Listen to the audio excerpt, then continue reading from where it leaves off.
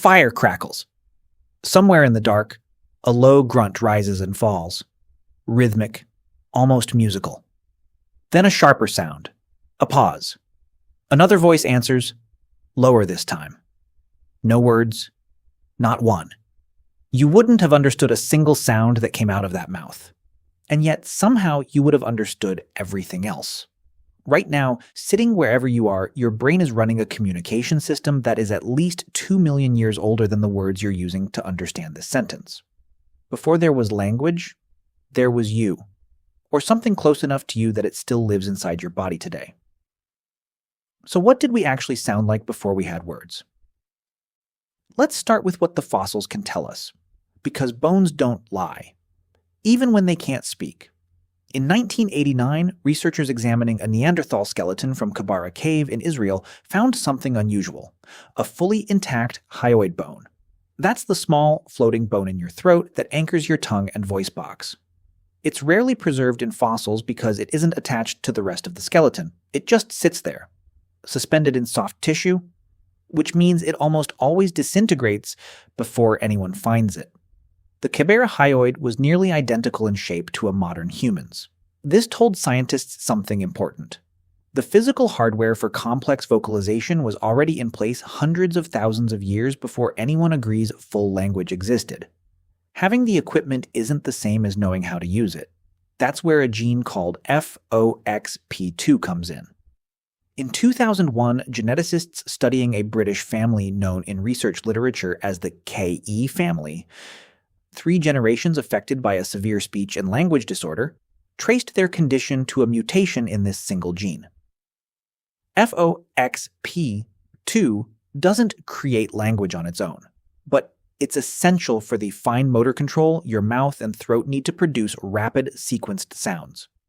The kind of control required to say something as simple as the word throat. Humans and Neanderthals share a nearly identical version of this gene, dated by researchers to have diverged from other primates roughly 300,000 to 400,000 years ago. Members of the KE family with the mutation don't just struggle to speak. They struggle to sequence the muscle movements of speech at all, which is exactly the kind of clue that tells scientists this gene is about motor control, not vocabulary.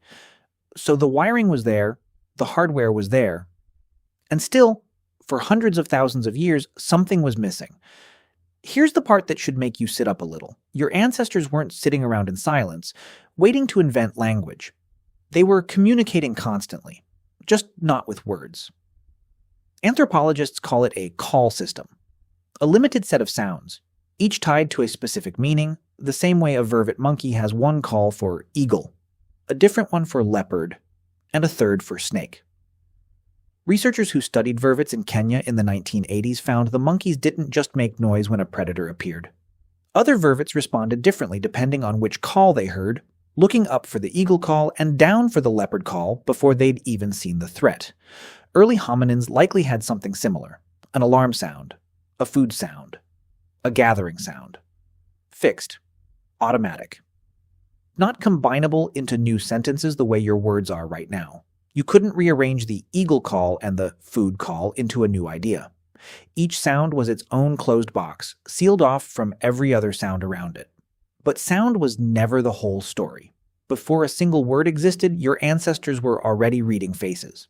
A widely cited 2014 study comparing facial musculature across primates found that humans have significantly more facial muscles than our closest relatives. Muscles dedicated almost entirely to expression, not function like chewing or gripping. That's not an accident. That's evolutionary investment. A raised brow, a curled lip, a narrowed eye. These were information transmitted instantly, understood instinctively, no vocabulary required, and readable across almost any culture on Earth, which is part of why researchers believe some core expressions are closer to hardware than to learned behavior. Add to that gesture. Researchers studying wild chimpanzees at sites like the Budongo Forest in Uganda have cataloged dozens of distinct gestures used deliberately to communicate specific requests. A flexed wrist, meaning follow me. An open palm, meaning give that to me. A gentle touch, meaning let's play. What made this significant wasn't just that the gestures existed, but that the chimps used them flexibly. adjusting which gesture they used depending on whether the other chimp was already looking at them, and sometimes repeating or escalating a gesture when the first attempt didn't land. A kind of trial-and-error persistence that looks a lot like intention. Some anthropologists argue that gesture, not vocal sound, may have been the true bridge to language, because gesture is already symbolic. A pointed finger doesn't resemble the object it's indicating, it just means it. That's the same trick a word plays. And then there's rhythm.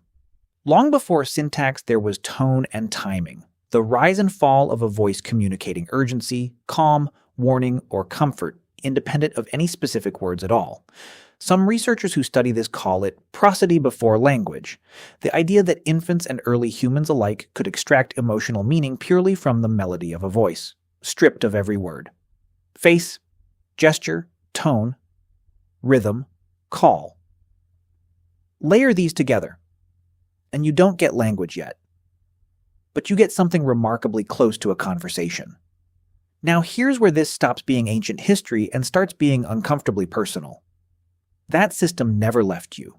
Multiple studies on human communication, most famously research from the 1970s by psychologist Albert Mehrabian, found that when people judge someone's emotional state, they rely far more heavily on tone of voice and facial expression than on the actual words being spoken. The exact numbers have been debated and oversimplified for decades, but the core finding holds up. When your words and your face disagree, you believe the face. Think about the last time you knew someone was upset before they said a single word. You read it in 3 seconds. The set of their jaw, the flatness in their voice, the way they didn't quite look at you. That's not intuition. That's 2 million years of pre-language software still running underneath your language. Babies prove this even more directly. A child understands tone, rhythm, and facial expression months before they produce a single, recognizable word.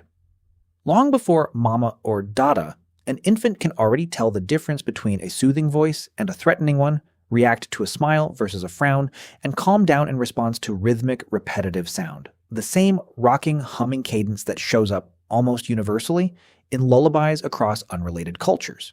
They're not failing to communicate during that time. They're using the oldest operating system humans ever built, the one that existed long before anyone agreed on what a word even was.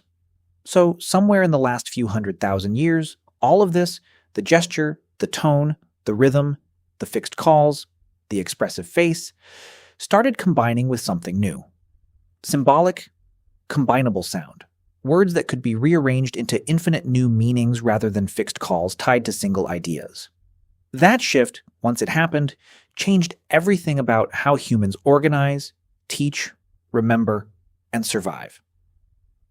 It's the difference between a species that can only say danger and a species that can say, the danger is coming from the east, and it will be here by nightfall, so gather everyone by the river.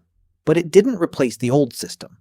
It got layered on top of it, which means right now, in this exact moment, you are running both. The words on this screen are the newest layer. Maybe 100,000 years old, if that. But underneath them is the same voice that once rose and fell around a fire in the dark. Warning, calling, comforting, without a single word to its name. That's why a text message can feel so hollow compared to a phone call, and why a phone call can still feel thinner than standing in front of someone. Every layer you strip away, the face, the tone, the gesture, takes you one step further from that original system, and some deep, old part of you notices the loss every single time. It's also why an argument over text can spiral so much faster than an argument in person, without a face or a tone to soften the words. Your ancient wiring has nothing to work with except the words themselves, and the words alone were never supposed to carry the whole message. Go back to that sound from the beginning. The grunt, the pause, the answer, you still make that sound. You just don't call it a word. You call it a sigh.